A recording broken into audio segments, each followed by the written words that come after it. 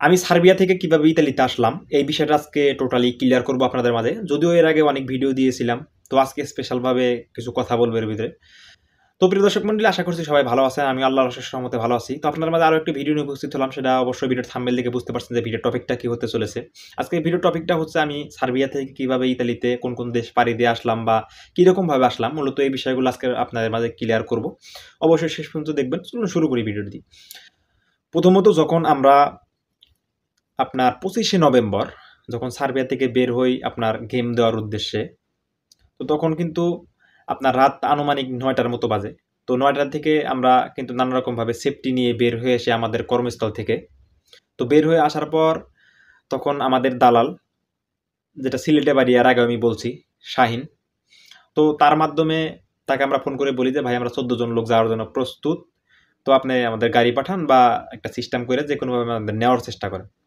তো শাহিন সেই সময় গাড়ি পাঠায়, গাড়ি পাঠিয়ে তাদের যে নির্দিষ্ট রুম আছে সার্বিয়ার ভিতরে, সেই নির্দিষ্ট রুমের ভিতরে নিয়ে আমাদের 14 জন লোক রাখে।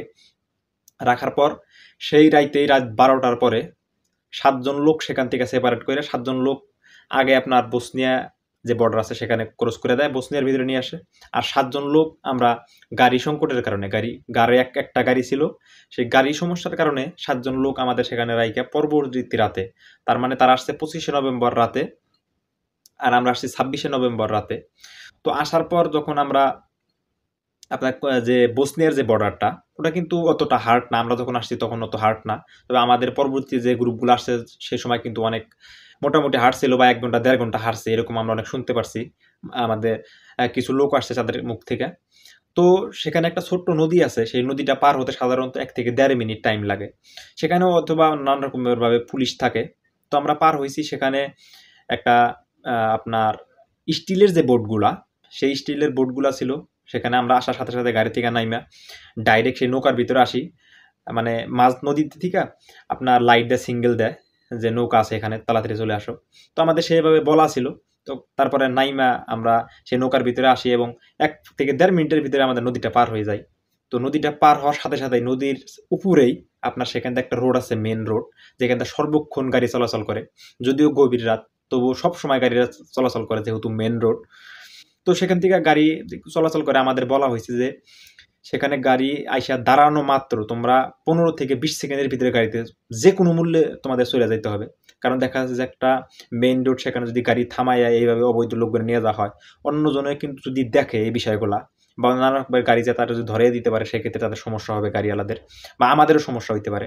তো সেই হিসেবে বলা আছে যে তোমরা সেই নৌকা থেকে নাইমা যে উপরে যে রোডটা আছে, রোডে মানে জঙ্গলের দিকে লুকিয়ে থাকবা। আমরা সেভাবে ছিলাম, জঙ্গলের দিকে লুকিয়ে ছিলাম। তখন যখন গাড়ি আসে, গাড়ি আসার আপনার 15 সেকেন্ডের ভিতরে গাড়ি আইসা শুধু দাঁড়াইছে, আর আমরা দৌড় পাইরা মানে দৌড়ে যাইয়া 7 জন মানুষ একদম, আমি ডিক্কির ভিতরে মানে পেছনে, গাড়ির পেছনে বসে গেছি, এমনভাবে বসছি ডিক্কিতে 2 জন আপনার, মানে যেখানে মাল রাখে একদম সংকুচিত হইয়া বসে আছি গাড়ির পিছনে। আর গাড়ির সামনে হইছে 4 জন, আর সামনে ড্রাইভারের সাথে 1 জন, মানে টোটালি 7 জন লোক আমরা ছিলাম সেখানে। যেখানে গাড়িতে আসা যায় আপনার 3 জন বা 4 জন সর্বোচ্চ, সেখানে আসছি 7 জন। তাহলে অবশ্যই যেহেতু এটা অবৈধ একটা কাজ, সেহেতু গাড়িও ওইভাবে ম্যানেজ করা ছিল। কিন্তু 3 জনের বা 4 জনের গাড়িতে 7 জন, এই বিষয়টা কিন্তু অবশ্যই মানে এমনভাবে আসা হয়েছে, মানে আমাদের এলাকায় বাংলা কথা বলি, যেভাবে ট্রাকে বা আপনার গাড়িতে গরু উঠানো হয়, মানে কতটুকু জায়গা থাকে সেই রকম, মানে গরুর মতো সাজাইয়া গাড়ির ভিতরে আমাদের নিয়ে আসা হয়েছে। তো পরবর্তীতে আমরা চলে যাই যে বসনিয়া যে গেম ঘর আছে, বসনিয়া গেম ঘরে চলে যাই আমরা। তখন রাত আনুমানিক 4টার মতো মনে হয় বাজে, মানে 4টা 4:30 এরকম হবে সাধারণত। আর ওই গেম ঘরে যাওয়ার পর আমাদের যে রিসিভ করার লোক আছে, গেম ঘরে যে লোক, মামুনের লোক ছিল আরমান নামে, তো তারা আমাদের রিসিভ করে সেখান থেকে সেই রুমের ভিতরে নিয়ে যায়। তো রুমে আমরা যাই, সাধারণত সেটা 3 তালা, আমরা নিচে এমনি 3 তালা বিল্ডিং, তো আমরা 3 তালার উপরেই থাকি সাধারণত। সেখানে নিয়ে আমাদের রাখা হয় একটা রুমের ভিতরে। তো সেখানে যায় দেখি আরও অনেক মানুষ আছে, 10 থেকে 15 জন মানুষ আছে। তারা আমাদের বলল যেখানে থাকেন এখানে আমরা আসি, কোনো সমস্যা নাই ইনশাল্লাহ। তো সেখানে থাকা শুরু করলাম। থাকার পর 3 থেকে 5 দিন 7 দিন চলে যায়।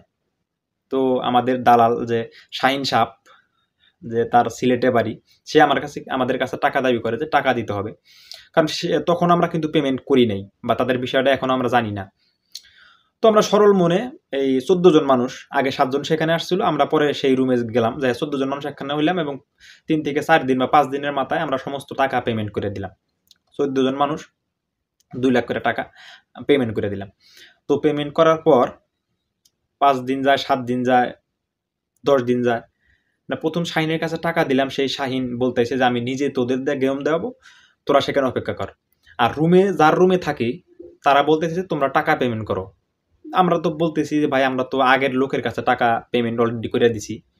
তো তারা বলতেছে যে পেমেন্ট করে দিছাও, কিন্তু তারা আমাদের টাকা দিতেছে না, যে তোমরা এর যে কোনো একটা বিষয় করো বা তাদের কাছে বলো যে টাকাটা পেমেন্ট করে দিতে।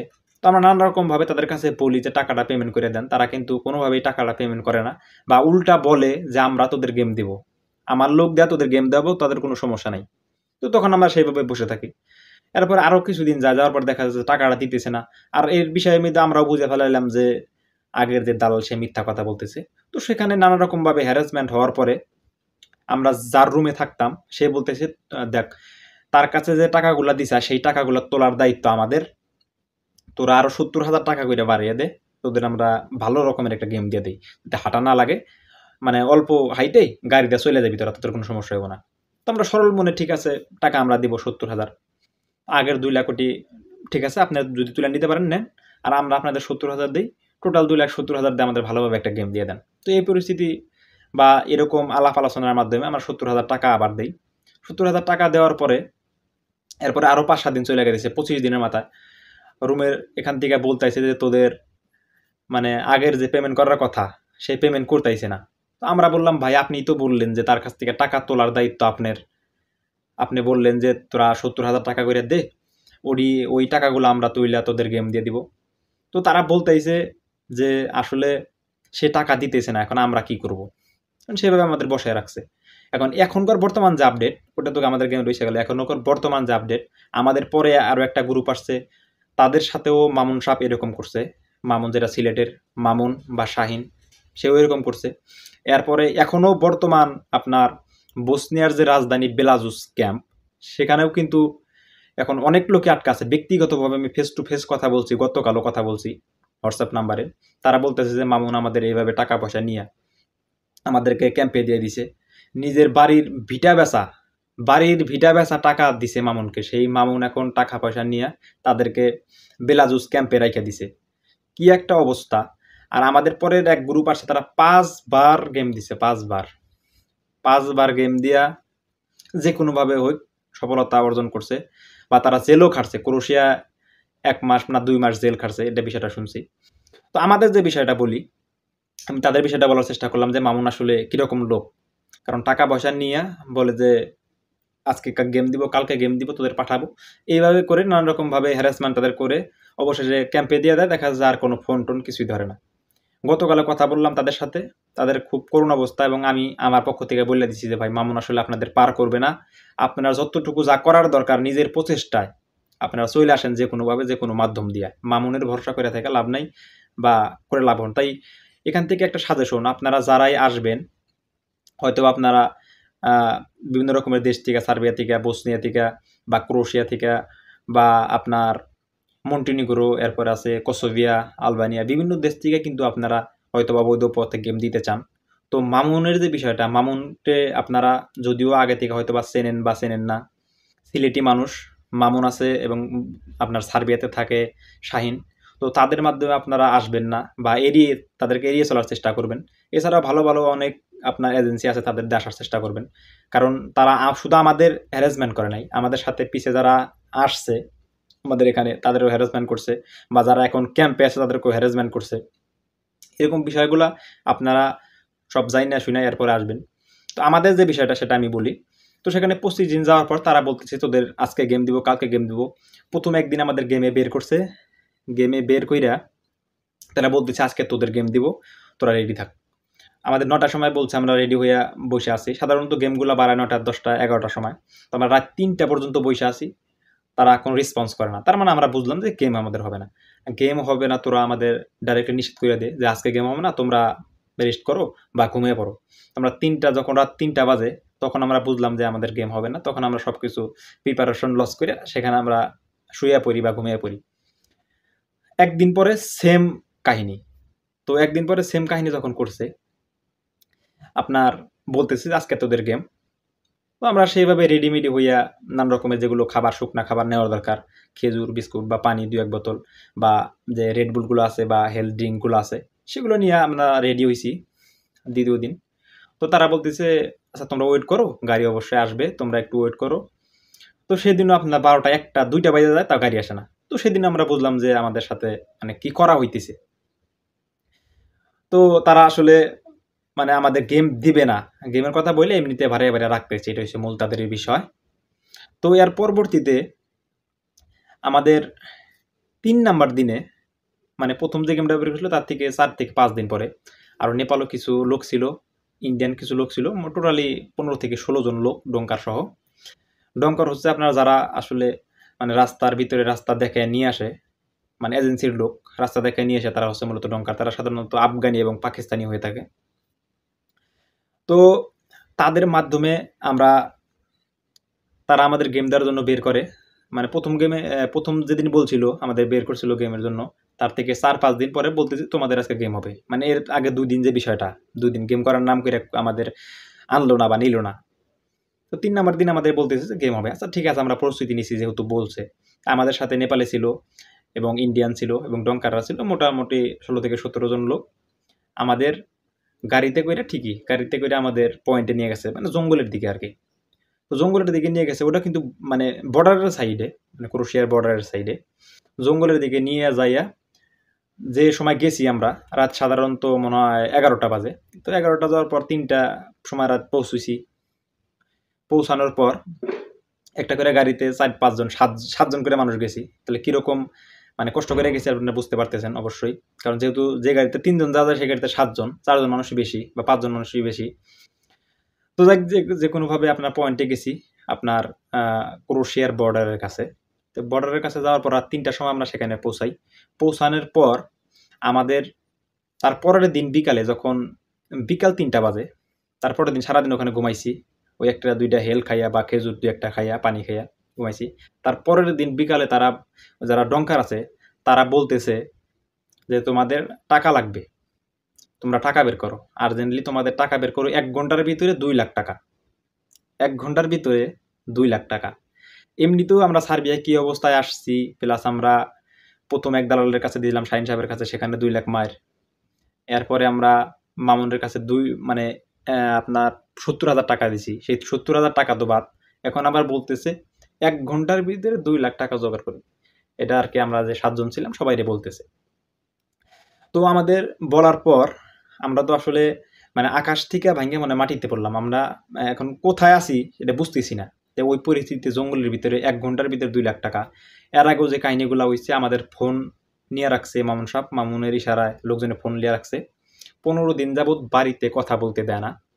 15 দিন যাবৎ আমরা বাড়িতে কোনো কথা বলতে পারি নাই। তো বাড়ির কি একটা অবস্থা ওই পরিস্থিতিতে আপনারা গেস করে দেখেন। 15 দিন পরে যখন আমরা বাড়িতে ফোন দিয়ে 1 ঘন্টার ভিতরে 2 লাখ টাকা জোগাড় করার কথা বলি, তখন স্বাভাবিকভাবে কোনো পরিবার আসলে ঠিক থাকতে পারে না। তো যাই, যে কোনোভাবে আমরা টাকাটা জোগাড় করছি, কারণ যেহেতু আমাদের ভাই জীবন বাইচে থাকলে আপনি টাকা উপার্জন করতে পারবেন। প্রথমত হচ্ছে আপনার জীবন। তো পরবর্তীতে আমরা যে কোনোভাবে টাকাটা ম্যানেজ করি। ম্যানেজ করে আর ওদের বলতে চাইছি যে টাকা ম্যানেজ আমাদের হয়ে গেছে। আচ্ছা ঠিক আছে, তোরা আমাদের গেমটা দে। আমরা হয়তো বা ভাবছি সেখান থেকে আমাদের গেমে পাঠিয়ে দিবে মামুন সাহেব। এর মূল কলকাঠি হয়েছে মামুন। এরপরে রুমে যারা আছে আরমান, সে অনেক মিথ্যা কথা বলে। এরপরে যে প্রথম যে দাল্লাদারের কাছে টাকা দিয়েছিলাম সার্বিয়া, শাহিন সাহেব, সে তো বড় রকমের মিথ্যুক, ধোঁকাবাজ। এটা আমার সাথে এরকম হয়েছে বিধে যে আমি বলতেছি এরকম না। আপনারা খোঁজ খবর নিয়ে দেখান, আমি ফেস টু ফেস কথা বলছি। একজনের কাছ থেকে 2800 ইউরো নেওয়ার পরে দ্বিতীয় যেটার কাছে পেমেন্ট করে না, সেখানেও সেই ছেলেটা ফাইসা আছে। আমাদের ফেস টু ফেস 2 চোখে দেখা। তো এখন কথা হয়েছে, আমরা যে কোনোভাবে আমরা টাকাটা ম্যানেজ করে তাদেরকে দিলাম। আমরা হয়তো বা ভাবছি টাকাটা দিলে তারা গেম দিয়ে দিবে। এই কথা বলে টাকা নিছে যে তোরা টাকা দে, এখান থেকে তোদের বর্ডার ক্রস করে গেম দিয়ে দিম, একবার পার করে দিম ইতালিতে। তো আমরা যে কোনোভাবে টাকাটা ম্যানেজ করছি। ম্যানেজ করার পর তাদেরকে বলতেছি যে টাকাটা ম্যানেজ হয়ে গেছে। এখন তারা বলতেছে আচ্ছা ঠিক আছে, টাকা ম্যানেজ করো, তোমরা টাকাটা দিয়ে দাও, আর তোমাদের আজকে গেম হবে না, তোমাদের আবার ঘুইরা সেই রুমে যেতে হবে, যে রুমে ছিলাম সেখানে যেতে হবে। তো সেদিনকে ছিল 25শে ডিসেম্বর। তো 25শে ডিসেম্বর তার মানে আমরা 25শে নভেম্বর আসছি, 25শে ডিসেম্বর তার মানে সই 1 মাস। তো তারা বলতেছে যে আজকে রাতের ভিতরে টাকা দিতে হবে। তখন বাজে বাংলাদেশ টাইম রাত 9টা। তো বাংলাদেশ টাইম রাত 9টা, সেখানে আমি বাড়ির লোকজনকে বললাম যে কোনোভাবে মূল্যে টাকাটা তুমি দিয়ে দাও। তো দোকান দিয়ে নানা রকমভাবে ঘুরে, এমনিতে 25শে ডিসেম্বর সব দোকান বন্ধ, আর 9টার যেহেতু গ্রাম অঞ্চলের দোকান 9টার আগেই সব বন্ধ করে ফেলাইছে, যে কোনো টাকাটা দিতে পারিনি। তো তারা বলছে আচ্ছা ঠিক আছে, তুমি কালকে সকালে টাকাটা দিও, আজকে চলো। আমার সাথে যেটা সাধারণত হয়েছে, আমার সাথে আরো লোক ছিল, তাদেরও একই কাহিনী হয়েছে। তো তারা যখন আমাদেরকে আবার গাড়ি আসে রুমে নেওয়ার জন্য, তারা বলতেছে যে আজকে তোমাদের গেম হবে না, তোমাদের আজকে রুমে চলে যেতে হবে, আজকে গেম হবে না। নানা রকমের বর্ডারের সমস্যা, পুলিশের সমস্যা, শীত, নানা রকমের দোয়া দিতেছে তারা। আচ্ছা ঠিক আছে, তাহলে রুমে চলেন, 2-1 দিন পর গেম দিয়েন। আচ্ছা ঠিক আছে, তারা এই কথা বললে আমাদের রুমে আবার ব্যাক করে রুমে নিয়ে যায় গাড়ি দিয়ে। গাড়ি আসে 15 থেকে 20 মিনিট হাইটা যাওয়ার পর গাড়িতে ওইটা তাদের রুমে চলে যায় আবার। তো রুমে যাওয়ার পর সকালে আমাকে ডাইকে উঠাইছে। এমনিতে 10 থেকে 12টা পর্যন্ত ঘুমাই, তারা কোনো সময় ডাকে না আমাদের। আমার টাকা দেওয়ার সময় হয়েছে সকাল 7টা বাজে না 6টা বাজে, তো আমার ডাকে দিচ্ছে যে টাকা দিবা কিনা, টাকা দাও চালু করে। অ্যাকাউন্ট নাম্বার দিয়ে দিচ্ছে, অ্যাকাউন্টে টাকা দিয়ে দিছে। তো সেই রুমের মধ্যে আরও 2 থেকে 3 দিন থাকার পর তারা কোনো রেসপন্স করতেছে না, এবং সেখানে গেমের আরও নতুন লোক আসতেছে। তো তারা আমাদের বলতেছে যে দেখো রুমের ভিতরে জায়গা নাই, তোমরা কিছুদিনের জন্য 1 সপ্তাহের জন্য একটু ক্যাম্পে চলে যাও তোমরা। তো আমার সাথে কিছু বড় ভাইয়া ছিল, মানে তারা বলতেছে যে ক্যাম্পে দেওয়া মানেই আমাদেরকে মানে আর গেম দেবে না, তারা তাদের নিয়ন্ত্রণে আমরা নাই, এরকম বিষয়টা তারা বলছিল। যদিও ঠিক কথা বলছিল, সঠিক কথা বলছিল।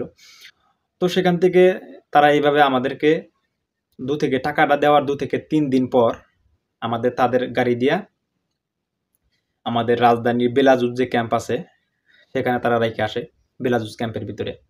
তো বেলাজুস ক্যাম্পের ভিতরে যখন আমরা থাকি, সেখানে 1 দিন 3 দিনের মাথায় 2 জন চলে যায়, আবার 5 দিনের মাথায় আরও 1 জন চলে যায়, এবং 10 দিনের মাথায় আরও 2 জন চলে যায়। তখন লোক থাকে শুধুমাত্র 2 জন। তো মামুনের সাথে নানা রকমভাবে যোগাযোগের চেষ্টা করি। মামুন বলে 1 মাসের মধ্যে গেম হইতো না, আবার কোনো সময় বলে যে গেম হবে 1 মাস পরে, আবার কোনো সময় বলে যে শীতের কারণে গেম হইতেছে না, কোনো সময় বলে যে বর্ডারে মানুষ মরছে। তার মানে নানা রকমের অজুহাত। তো যখন 25 থেকে 26 দিন হয়ে গেল, তখন মামুন টোটালি আমাদের ফোন ধরা বাদ দিয়ে দিল। আমরা আছি মাত্র 2 জন লোক। মামুন ফোন ধরা বাদ দিয়ে দিছে যে তোরা কিভাবে যাস জায়গা, মানে ওর একটা মত এটা সাধারণত। তো তখন আমরা বুঝে ফেলালাম যে আসলে মামুন আমাদেরকে নিবে না, বা অন্য কোনো সিস্টেম ধইরা আমাদের যাইতে হবে। পরবর্তী সেখান থেকে অন্য একটা এজেন্সির মাধ্যমে, পাকিস্তানের অন্য একটা এজেন্সির মাধ্যমে আমরা সেখানে ফোন করি। সে ফোন করার পরে তাকে সেখানে 2 লক্ষ টাকা আমাদের একটা কন্ট্রাক্ট হয়, যে 2 লক্ষ টাকা দিব, সেখান থেকে তোরা আমাদের ইতালি পার করে দিবি। তো এই কথা বলে তারা আমাদের রুমে নেয়। সেই রুমে যাওয়ার পর দেখি অনেক মানুষ সেখানে, কারণ সেটা যেহেতু গেমের একটা সিজন, এমনি তো অনেক মানুষ থাকে আপনার, কারণ বর্ডারের সেই সময় নানা রকমের সমস্যা হইতেছে। তো তারা আমাদের কাছ থেকে রুমে যাওয়ার পর 3 থেকে 4 দিনের মাথায়, এমনি তো টাকা পয়সার সমস্যা, 3 থেকে 4 দিনের মাথায় আমরা 2 লাখ করে টাকা সেখানে পেমেন্ট করি। তো 2 লাখ করে টাকা পেমেন্ট করার পর 7 থেকে 8 দিনের মাথায় আমাদের গেম দেয়। ওই সাধারণভাবে একই নিয়মে এক গাড়িতে 4 থেকে 5 জন, যেটা অন্য এজেন্সি। তার মানে 2 থেকে 3টা এজেন্সি পাশে আমরা ক্রস করে আসলাম আমরা।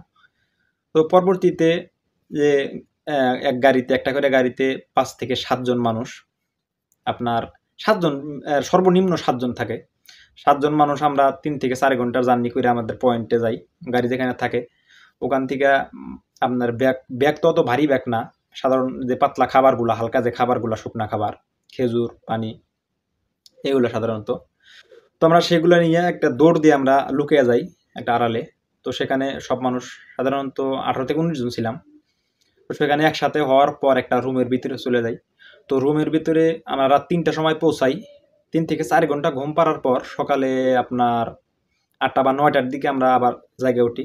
জায়গায় ওঠার পর সকালে আমাদের হাঁটা শুরু হয়। একদম সকালে, কোনো লোকজন নাই, জঙ্গলের ভিতর দিয়ে। তো 30 মিনিট হাইটে আমরা একটা নদীর কাছে পৌঁছাই, যেটা হচ্ছে মূলত বর্ডারের নদী।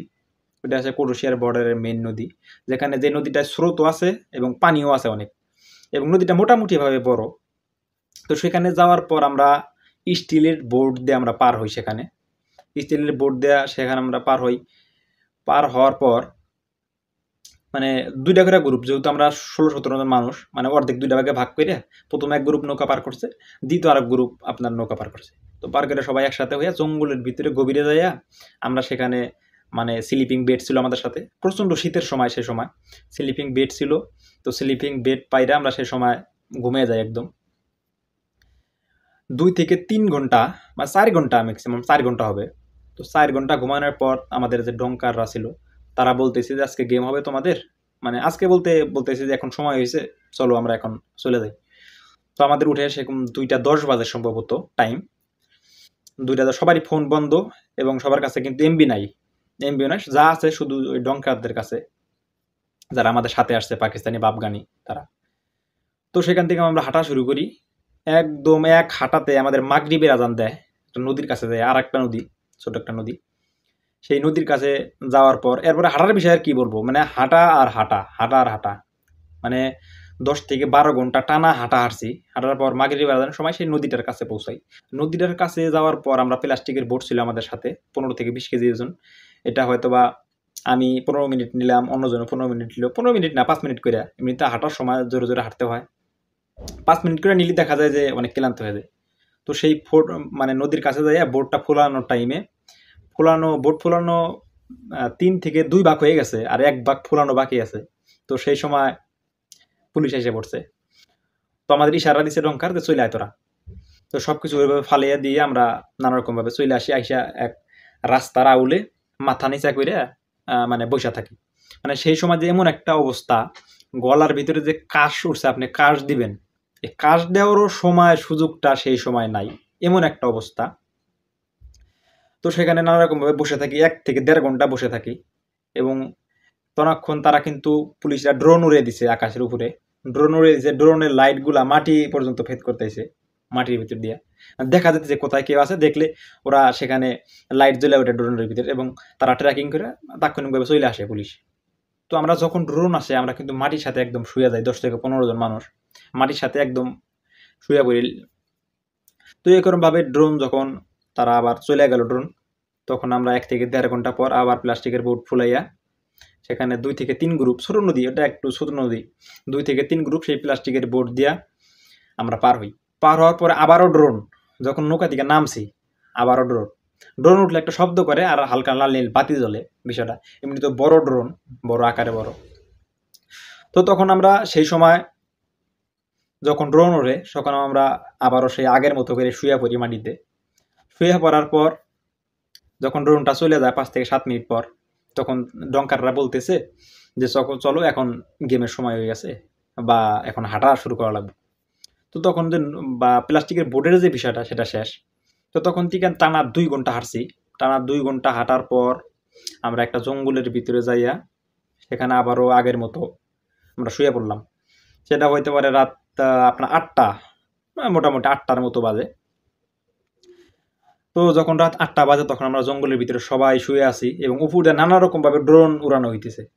সবাই এমন শীত ভাই কি বলবো, আপনার হাতের ভিতরে মোজা আছে, আপনার কান বাঁধা আছে, আপনার ব্লেজার পরা আছে 2 থেকে 3টা, আপনার প্যান্ট পরা আছে 3টা, এরপরে পায়ে জুতা, মোজা, ওয়াটারপ্রুফ জুতা।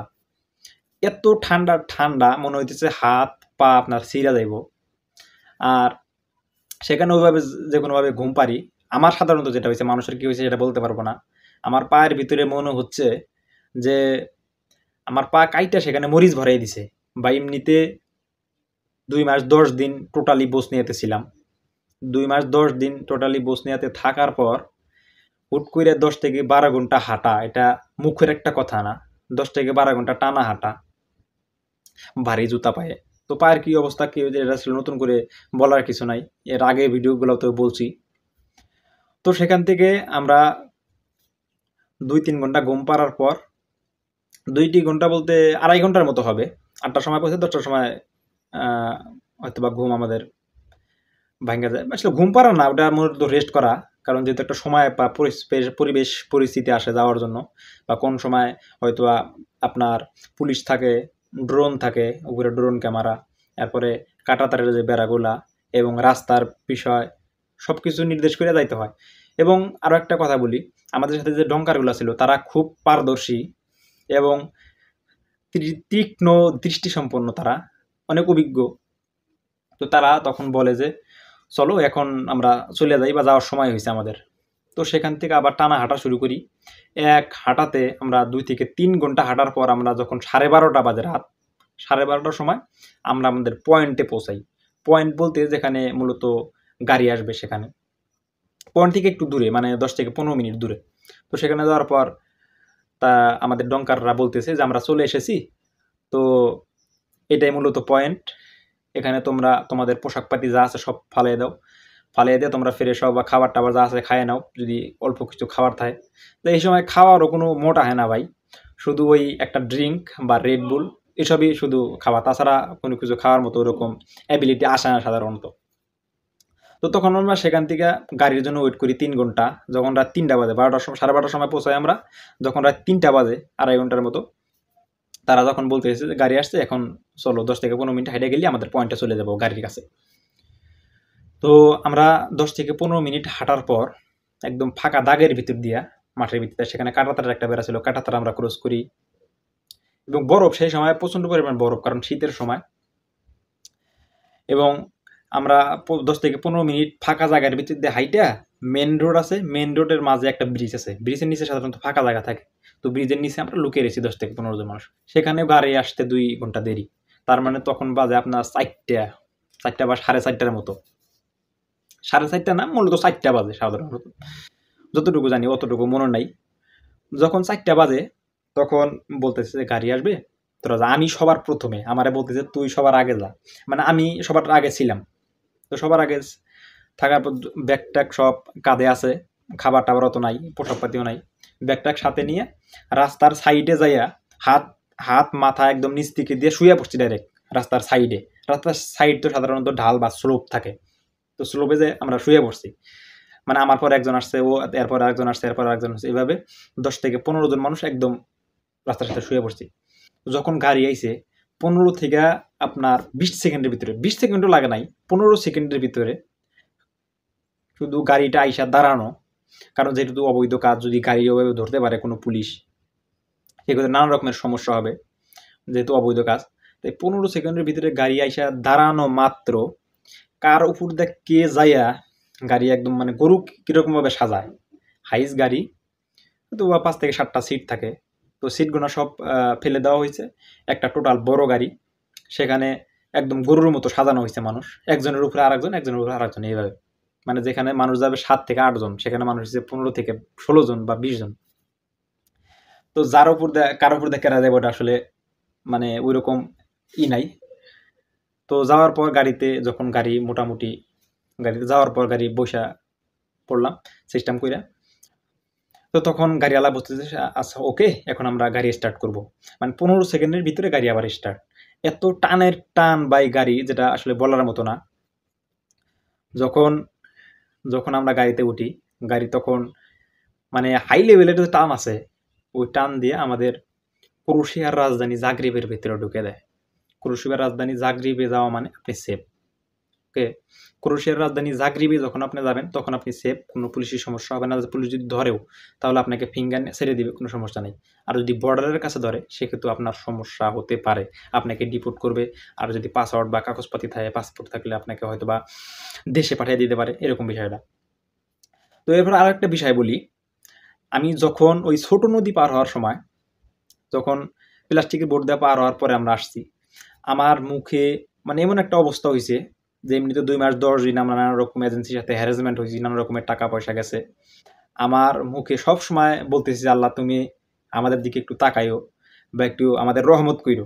মানে সব সময় আল্লাহর নাম। মানে আসলে গেম এমন একটা বিষয় ভাই, আপনি যদি গেমে না আসেন, এর পরিস্থিতি আপনাকে কখনো বোঝানো যাবে না, কখনো বোঝানো অসম্ভব। আসলে যদি আপনি গেমে না আসেন, আপনি বলে কখনো বোঝানো সম্ভব না এই অবৈধ কাজটা কি। এটা 1 নম্বরে পুলিশের সমস্যা, 2 নম্বরে আপনার কাঁটাতারের সমস্যা, 3 নম্বরে আপনার শীতের টাইমে শীতের সমস্যা, 4 নম্বরে আপনার নানা রকমভাবে ড্রোন থাকে, ড্রোনের সমস্যা, 5 নম্বরে নানা রকম নদী, 6 নম্বরে অবৈধ কাজ, 7 নম্বরে পুলিশে যদি ধরে সেক্ষেত্রে যে একটা টর্চার, এটার একটা ভয়। সব মিলায় এতটা আসলে ভয়, জীবন অনিশ্চিত, আপনার জীবনটা মানে কোনো মূল্য থাকে না আপনার জীবনের। আপনার জীবনে থাকে শুধু এইটাই থাকে যে আমি আমি জানি যেতে পারি, এটাই একটা মাত্র উদ্দেশ্য যে আমি জানি যেতে পারি, এটা ছাড়া কোনো জীবনে আর কোনো চাওয়া পাওয়া থাকে না। তো যখন আমরা জাগরিবে যাওয়ার পর সেখান থেকে ট্রেনে করে আমরা বসনিয়ার ভিতরে ঢুকি। আপনারা জানেন যে ক্রোয়েশিয়া থেকে বসনিয়ার ভিতরে ঢোকা এটা কোনো মানে অতটা হার্ড না। ট্রেনের টিকিট কেটে আমরা ঢুকে পড়ি। আমাদের দালাল আমাদের লোকেশন দেয় বা সেই লোকেশন ট্র্যাক করে মোবাইলের মাধ্যমে আমরা স্লোভেনিয়া ঢোকার পারি। তো স্লোভেনিয়া ঢোকার পর অস্থায়ী একটা ক্যাম্প আমাদের দেয়। অস্থায়ী ক্যাম্প থেকে শুধু নাম রেজিস্ট্রেশন বা ফিঙ্গার টিঙ্গার দিয়া স্থায়ী একটা ক্যাম্পে আমাদের ট্রান্সফার করে স্লোভেনিয়ার ভিতরে। তো স্লোভেনিয়ায় যাওয়ার পর রাতের খাবারটা খাই, বিকালের দিকে যাই, রাতের খাবারটা খাওয়ার পর রাতে আমরা ঘুমাই। ঘুমানোর পর আমি সহ আরও একজন রাত ৩টার সময়, সেই রাত ৩টার সময় আমরা ট্রেন দিয়ে ইতালিতে চলে আসি। আমরা দুজন ট্রেন দিয়ে ইতালিতে চলে আসি, আমি সহ আরও একজন আসিল। তো আপনার স্লোভেনিয়া ক্যাম্পে যে বিষয়টা, মানে সেই সময় চোখ বন্ধ করলেই আমার মনে হইতেছে যে আমি মনে হয় জঙ্গলের ভিতরে শুয়ে আছি বা ঘুমিয়ে আছি। গেমের যে একটা রেশ, সেই রেশই আমার কাটে নাই, বা একটা ধারণা বা একটা ধান্দা, সেই ধান্দা আমার এখনো কাটে নাই। তো মানে শরীর এত ব্যথা, কি বলবো ভাই, 2 মাস 10 দিন মানে কোনো একটা কাজ করি নাই, শুধু রুমে আটকা থাকছি। আর এর ভিতরে হুট করে 10 থেকে 12 ঘন্টা হাঁটা, কতটা কষ্ট আর কতটা পরিশ্রম, এটা আসলে যে না আসছে সে বুঝতে পারবে না। এটাই ছিল আসলে মূল জার্নি। এবং আমি আপনাদের এটা থেকে বোঝানোর চেষ্টা করি, আমার যে বিষয়টা এটা বললাম আমি, এবং এই কাজটা সম্পূর্ণ অবৈধ কাজ। যদিও আমি করেছি, আপনারা হয়তো বা বলতে পারেন যে ভাই আপনি গেছেন, আপনার কাছে অবৈধ হয় নাই কে, আমি আসতেছি আমার কাছে অবৈধ। ভাই অবৈধ কাজ, সেটা আমি আসলে অবৈধ, আপনি আসলে অবৈধ, যেই আসুক তার কাছেই অবৈধ। সর্বোপরি আপনাদের একটা কথা বলি, আপনারা যার মাধ্যমে আসার চেষ্টা করেন, ভালো এজেন্সি ধরে আসার চেষ্টা করবেন। আর সর্বোপরি আরও একটা কথা, যে অবৈধ পথ আপনার যদি কার্যক্ষেত্র, আপনার বেতন ভাতা, যে কোনো দেশেই থাকেন আপনি, বেতন ভাতা কার্যক্ষেত্র সব যদি ঠিক থাকে আপনার, তাহলে এই অনিশ্চিত জীবনের দিকে না আসাই বেস্ট আমি মনে করি।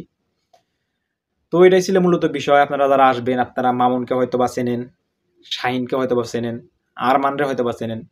আপনারা এদের থেকে সবাই সাবধান এবং দেখে শুনে আসবেন আপনারা, কারণ এরা শুধু আমার সাথে যে করছে এরকম না, আমাদের পিছিয়ে এক গ্রুপ আছে তাদের সাথে করছে।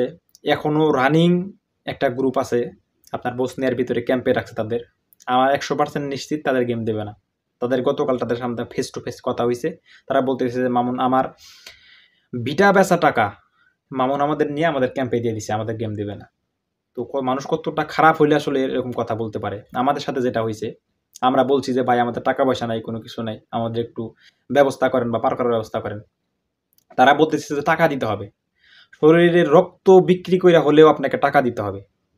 এই কথা যে বলতে পারে যে শরীরে রক্ত বেচা হলে টাকা দিতে হবে, তারা কত বড় অমানুষ, এটা আপনারা একটু গেজ করেন। এটা আমার বলার মতো কিছু নাই।